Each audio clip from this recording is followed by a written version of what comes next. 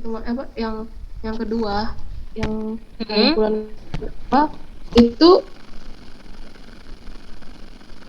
adalah perkembangan hubungannya. Kenapa Kak?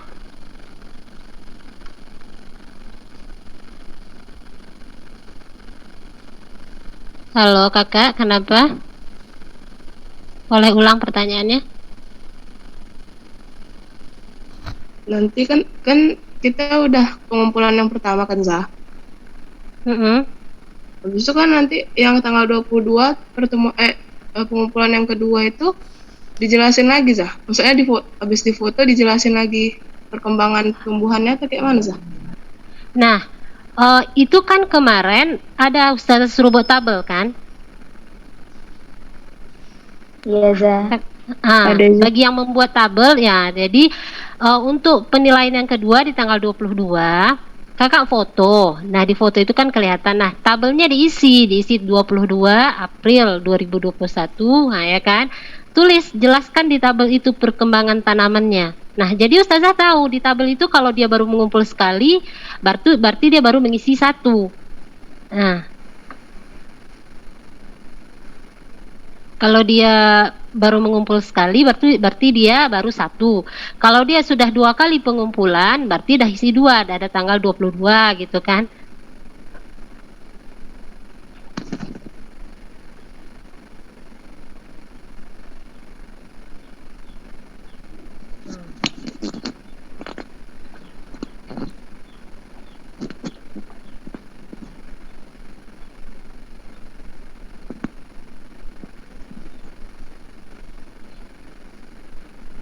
Nah, gitu kan Kak. Jadi apa nih Ustazah ini?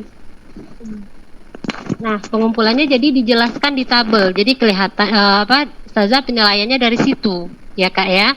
Nah, Ustazah juga kadang ada kalanya ya kan Kak, kalau kita pengumpulan tugas seperti ini, ada 1-2 anak misalnya ya, insya Allah kelas 10 nggak ada lah ya. Jadi dia, kan Ustazah suruh buat tugas kita prakteknya berkala seperti ini ya kan Kak. Nanti dia tiba-tiba aja di minggu ketiga apa minggu terakhir ditulisnya semua itu. Ditengok aja di kalender, kita kan bisa tengok tanggalnya. Tanggal ini tanamannya begini, tanggal 22 begini, selanjutnya ditulisnya lah kan. Nah, Ustazah tahu Kak, kita kan bisa tahu orang yang menulis dalam waktu bersamaan dengan orang yang menulis dalam waktu yang berbeda, itu di tabel itu pasti berbeda dari tekanan pulpennya, bentuk tulisannya gitu. Walaupun orang yang sama, itu pasti berbeda, nggak akan sama persis Kak. Nah, kalau ketahuan yang seperti itu, Ustazah anggap itu batal ya. Kalau memang ada yang seperti itu, nah, Ustazah anggap itu batal. Ya Kak, makanya setiap pengumpulan, nanti semua mengirim foto beserta tabel yang sudah terisi. Jadi foto itu, tabel menjelaskan, Ustazah melihat di tabel, tabel yang menjelaskan, Ustazah lihat di foto untuk gambarnya. Nah,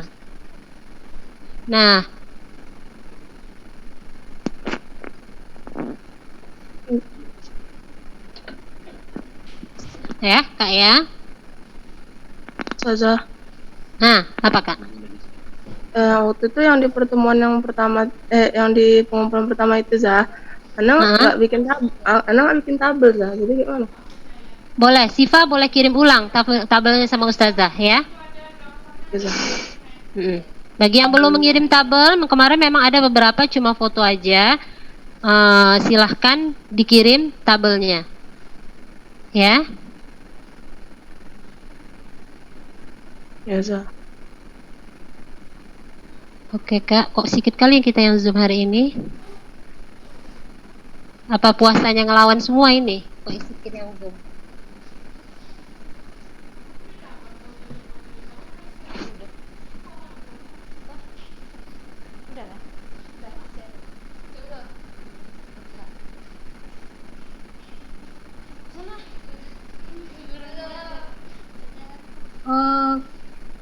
Kita lanjut materi kita ya Kak. Iya. Udah nggak ada masalah di prakteknya ya.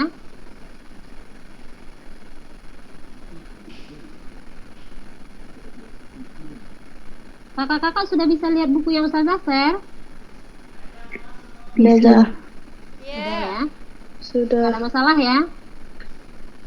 Enggak, Kita mulai ya. Kemarin kita sudah masuk ke pengolahan belum, Kak? Udah ya?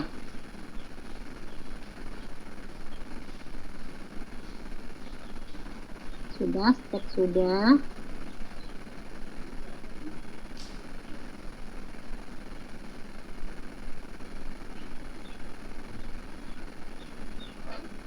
Oke, untuk hari ini kita masuk ke bab pengolahan ya, Kak. Untuk bab budidaya kita cukupkan ya.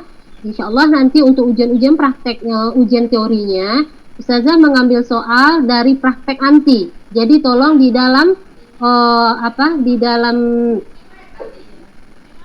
praktek itu, nah jadi maka tabel itu penting. Jadi nanti Ustazah membuat soal berdasarkan praktek yang sedang kita laksanakan ya, Kak.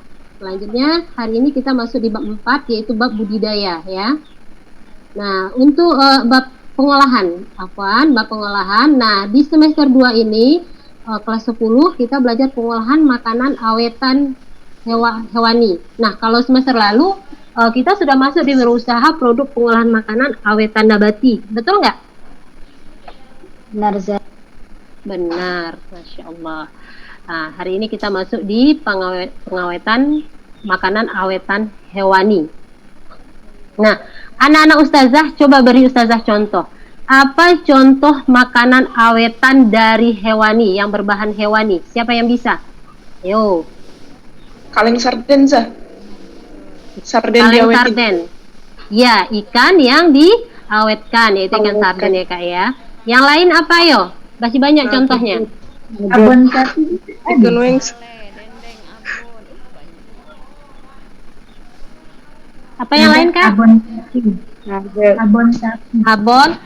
Abon. Tunggu. Abon itu makanan awetan bukan? Iya, Zah. Iya. Dendeng, Zah. Dendeng. Nah, sekarang kita masuk. Apa itu awetan? Kita sebelum memulai, kita harus paham dulu apa itu awetan. Awet, ya kan? Kenapa dia termasuk jenis makanan yang diawetkan, gitu ya kan? Siapa yang bisa mengasih tahu Ustazah apa itu makanan awetan? Makanan yang bisa disimpan berhari-hari. bisa tahan lama. Makanan yang bisa tahan berhari-hari. Nah, yang lain?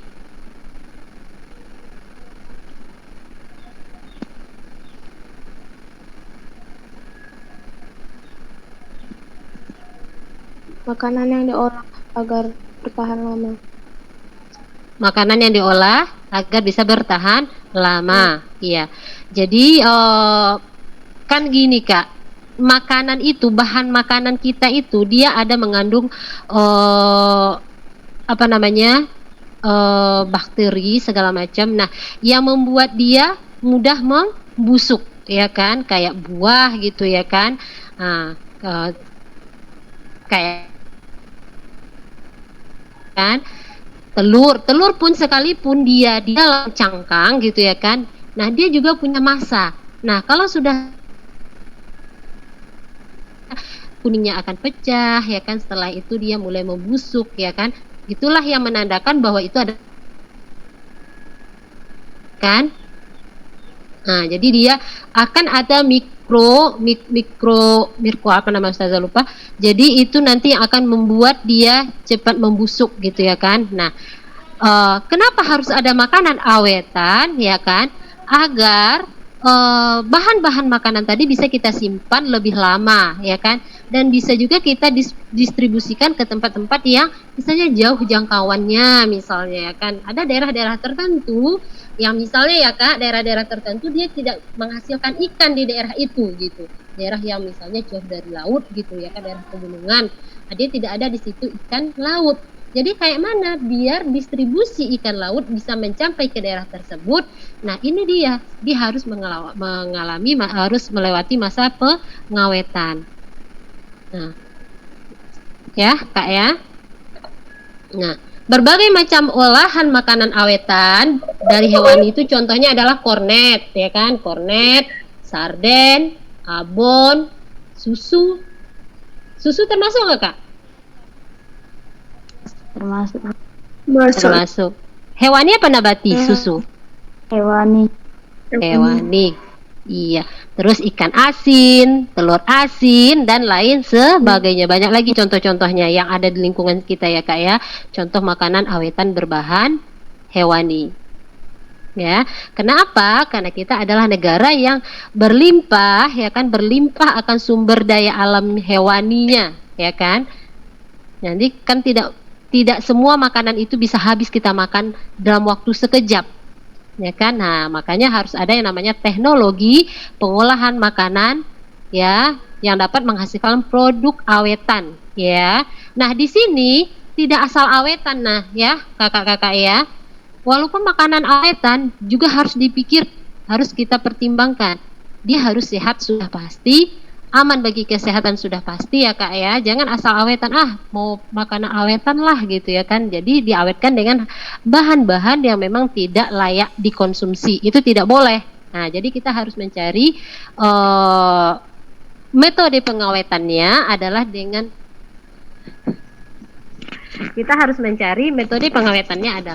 dengan cara-cara yang alami juga. Nah, itu tadi contohnya adalah ikan. Nah, kan ikan kita olah menjadi ikan kaleng sarden itu ya kan, Kak?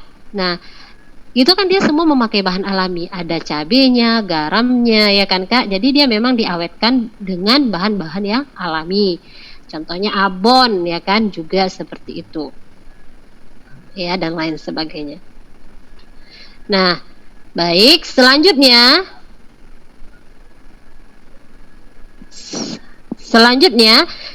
kita masuk ke pendanaan usaha makanan awetan dari bahan hewani.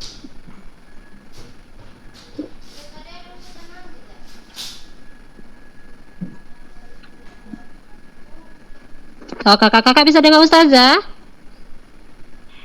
Bisa. Bisa. Udah ada bisa ya? Oh ya. Kalau misalnya macet Kak, langsung dibilang Ustazah nggak kedengeran gitu ya. Ustazah minta tolong ya. Karena sinyalnya kurang bagus di sini, ya Kak ya? Iya, baik Oke. Kita lanjut ya. Iya. Masih ada beberapa menit lagi. Kita masuk ke perencanaan usaha pengolahan makanan awetan dari bahan nabati. Nah, anak-anak Ustazah, ternyata untuk menjadi seorang pengusaha itu bidangnya sangat luas ya Kak. Tidak hanya kita bisa berusaha di bidang kerajinan, tidak, masih bisa kita berwirausaha di bidang rekayasa, produk rekayasa, produk budidaya, produk pengolahan, dan wirausaha lainnya. Ya Kak, jadi kalau ada anak-anak Ustazah yang memang bercita-cita ingin menjadi pengusaha, insya Allah sangat banyak lahan terbuka ya Kak ya. Salah satunya ini adalah wirausaha di bidang pengawetan bahan makanan. Kalau di kita ya Sumatera Utara ya Kak ya, itu terkenal makanan awetannya adalah ikan asin, betul nggak?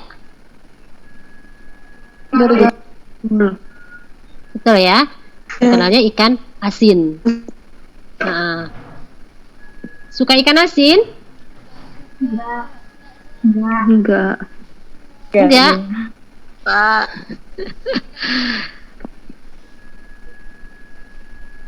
Coba sekali-sekali anak Ustazah rasa gitu. Itu juga menu yang enak sebenarnya ya. Nah, dan itu merupakan salah satu sumber daya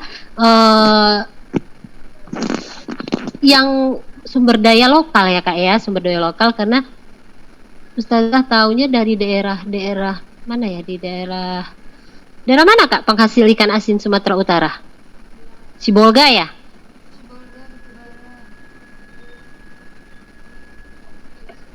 Mungkin iya.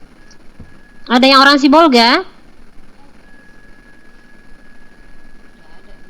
Enggak ada. Nah, jadi anak-anak Ustazah, bagaimana caranya kita bisa membuat sebuah usaha bahan makanan awetan hewani ini? Nah, kita harus memperhatikan bahan baku apa yang tersedia, ya, yang tersedia sangat melimpah di tempat kita, ya kan? Nah, misalnya di tempat kita, nah di tempat ustazah misalnya ini ya, ada peternakan ikan lele misalnya, ya kan? Ada peternakan ikan lele. Nah, ini sudah melimpah banyak gitu ketersediaan ikan lele gitu. Kenapa? Karena ada orang yang berbudidaya di sekitar ustazah ikan lele misalnya. Ini misalnya contoh ya kayak. Nah, makanan awetan apa yang bisa ustazah buat di sini gitu ya. Kira-kira apa yang bisa ustazah buat di situ? Coba anak ustazah.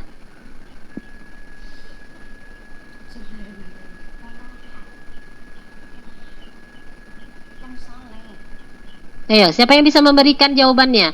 Di tempat ustazah ini ada orang berbudidaya ikan lele, dan budidaya ikan lele di sini itu sangat melimpah hasilnya ya, masya Allah, banyak gitu. Nah, kira-kira dengan situasi seperti itu bahwa bahan baku ikan lele sangat banyak di tempat ustazah, usaha pengawetan ikan lele, usaha apa yang bisa ustazah kerjakan? Yang bisa ustazah buat gitu, coba. Siapa yang bisa memberikan ide? Ya, apa Kak? Ustazah bisa melakukan usaha pengolahan makanan awetan dari bahan hewani gitu, Zah. Dari lele. Iya. Pengasapan, Zah. Pengasapan, iya, masya Allah. Nah, ini lebih tepatnya ya sebenarnya. Lebih tepatnya ini sebenarnya. Anak-anak ustazah tahu ikan lele asap nggak? Tahu, Zah. Ikan salai, tahu ikan salai? Tahu, Zah. Tahu kan? Nah, mungkin ada sebagian yang tahu, ada yang enggak. Nah, bagi yang enggak tahu, coba sekali-sekali ikut Umi, Mama, atau Ibu Anti ke pasar, ke pajak gitu ya kan, ikut. Coba tanya, yang mana ya ikan lele asap mah, Umi? Coba tanya. Nah, Anti akan tahu dia ikan lele, bagi yang sudah tahu warnanya agak hitam ya Kak. Kenapa dia hitam? Karena dia tadi diasap. Nah, ini adalah sebuah peluang usaha. Kenapa bisa jadi peluang usaha? Itu tadi yang seperti ustazah bilang, ketersediaan bahan baku ikan lele yang sangat melimpah di lingkungan ustazah, ya kan? Nah, ustazah bisa membeli ikan lele kepada si petani ikan lele, kemudian ustazah buka usaha asapan ikan lele asap, dan itu nanti bisa kita distribusikan. Nah, itu bisa menjadi salah satu sumber pendapatan kakak-kakak ya, anak-anak ustazah. Nah, itu bisa juga kita kirim ke luar daerah. Kalau memang kita sudah mempunyai hasil produksi yang melimpah misalnya ya, nah itu bisa kita kirim ya, kita distribusikan ke, misalnya untuk pertama kita distribusikan dulu keluar kecamatan ya tekan. Nah, kalau sudah banyak keluar provinsi misalnya ya kan. Nah, syukur-syukur kalau bisa produk kita itu merata di seluruh Indonesia. Masya Allah, itu udah pengusaha besar ya kan anak-anak ustazah ya. Nah, maka itu sebelum memulai usaha makanan awetan hewani, kita harus paham betul apa bahan baku yang benar-benar tersedia melimpah di tempat kita. Karena ingat ya anak-anak ustazah, di dalam membuat usaha, ketersediaan bahan baku juga harus menjadi pertimbangan yang utama. Selain modal, ya, apalagi di dalam wirausaha kemarin. Coba ustazah tanya, sumber daya yang harus ada di dalam wirausaha.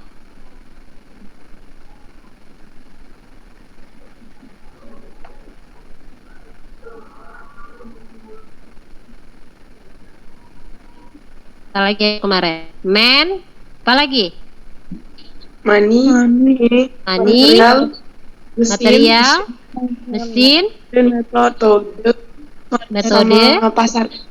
pasar. Nah, betul kan Kak? Yang pertama sumber manusianya, sumber daya manusianya kita sudah ada misalnya kan ya, kita bisa gitu kan. Terus ada di sekeliling kita banyak orang yang bisa kita manfaatkan gitu. Mereka banyak, misalnya banyak ibu-ibu yang mempunyai waktu luang gitu, bisa kita jadikan manfaatkan tenaga mereka.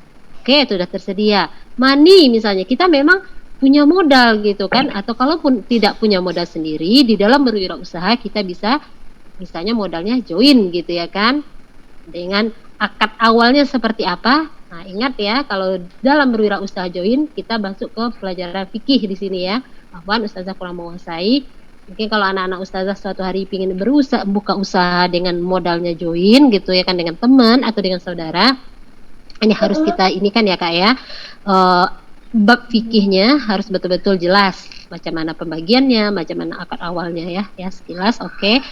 Nah, terus tadi material. Nah, itu tadi Ustazah bilang, kita harus betul-betul mempertimbangkan bahan baku betul-betul tersedia tidak, gitu kan. Nah, seandainya bahan baku yang tersedia di dekat kita itu hanya sedikit gitu, ya kan, kira-kira cuma cukup untuk beberapa saat. Nah, kita sudah harus memikirkan, nah kalau bahan baku Ana habis gitu ya kan, ketersediaan bahan baku di daerah Ana habis, berarti Ana harus mencari ke daerah lain gitu. Nah, daerah lain itu sudah kita lirik ini. Misalnya di daerah A gitu kan, oh di situ banyak. Daerah B tidak ada, daerah C melimpah. Oh, kita bisa, berarti kita mendatangkan ke tempat kita si bahan baku tadi. Ya, anak-anak Ustazah. Jadi jangan nanti Ana mau membuka usaha Ustazah, tapi bahan bakunya nggak ada di tempat tinggal Ana. Kayak mana tuh Ustazah? Itu tidak jadi kendala sebenarnya ya Kak ya. Jadi kita juga harus mempertimbangkan. Jadi untuk penyediaan material ini, nah, kita juga bermacam-macam metodenya. Mau kita ambil langsung di daerah kita datangkan dari daerah lain, atau bahkan ya anak-anak Ustazah, ada usaha-usaha yang memang bahan bakunya didatangkan dari luar negeri, itu ada, ya kan? Karena memang tidak tersedia gitu di tempat kita, kalaupun tersedia, ketersediaannya terbatas. Jadi harus didatangkan dari daerah luar atau malah dari luar negeri misalnya, ya. Nah, jadi itu tidak masalah misalnya sebenarnya ya. Nah, tapi kalau memang bahan baku melimpah di tempat kita, itu adalah peluang yang sangat besar sebenarnya. Ya, makanya kenapa daerah Sibolga itu bisa mereka menjadi pengusaha ikan asin tadi. Nah, karena memang ikan di laut Sibolga itu melimpah, ya kan? Ikan-ikan tadi memang laut. Jadi ikan asinnya tidak hanya ikan-ikan teri, ikan besar pun bisa jadi ikan asin di sana. Jadi kalau kita mau makan memang dagingnya aja, nggak ada tulangnya gitu ya kan? Kenapa? Karena memang ketersediaan ikan di Sibolga tadi melimpah. Ya, sampai di sini paham ya Kak? Paham, Ustazah. Paham? Ya. Kira-kira ada pertanyaan nggak anak-anak Ustazah sampai di sini? Berhubung waktu kita sudah habis ya Kak ya. Coba.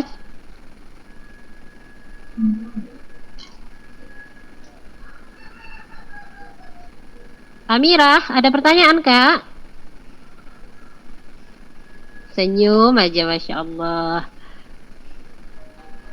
Az-Zuhra, anti ada pertanyaan?